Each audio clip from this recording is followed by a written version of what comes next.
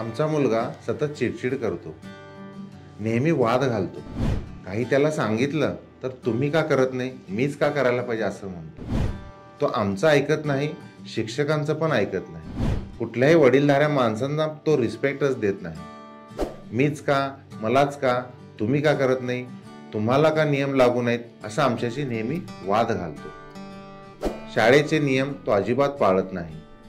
शिक्षकांना नेहमी उद्धट बोलतो.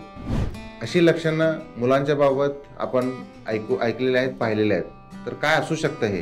तर यालाच ऑपोजिशनल डिफाईन्ड डिसऑर्डर असा आजार म्हणू शकतो. हा लहान मुलांच्या मध्ये वर्तणुकीतला समस्या आपण धरू शकतो. याच्यामध्ये काही मुलांच्या मध्ये वेगळी लक्षणं पण दिसू शकतात. जसे की ते नियम तर पाळत नाही आहेत, होमवर्क व्यवस्थित करत नाही आहे, गृहपाठ व्यवस्थित करत नाही. ते नेहमी इतरांना दोष देतात. म्हणजे स्वतःची जरी चूक झाली असेल त्या मुलांची तरी ते म्हणतात मी काही चुकलेलं नाही, तर माझ्या चुकीला माझे टीचर्स असतील, माझे पॅरेंट्स असतील, पालक असतील, तर ते नेहमी जबाबदार धरत असतात.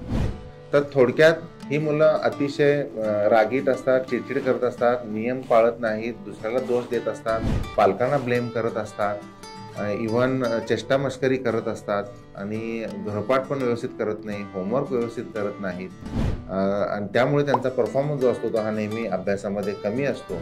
अशी जर लक्षणं मुलांच्यामध्ये दिसत असतील तर पालकांनी वेळीच जागे झालं पाहिजे. सायकॅट्रिस्ट किंवा काउन्सिलरची त्वरित मदत त्यांनी घेतली पाहिजे. औषधोपचार, काउन्सिलिंगनं आपण या मुलांना मदत करू शकतो आणि त्यांचं भवितव्य चांगलं करू शकतो. तर पुन्हा भेटूया आपण एका नवीन मानसिक आजाराबद्दल चर्चा करण्यासाठी, खास करून लहान मुलांच्या मधील वर्तणुकीच्या ज्या समस्या आहेत त्याबद्दल चर्चा करण्यासाठी. तोपर्यंत नमस्कार.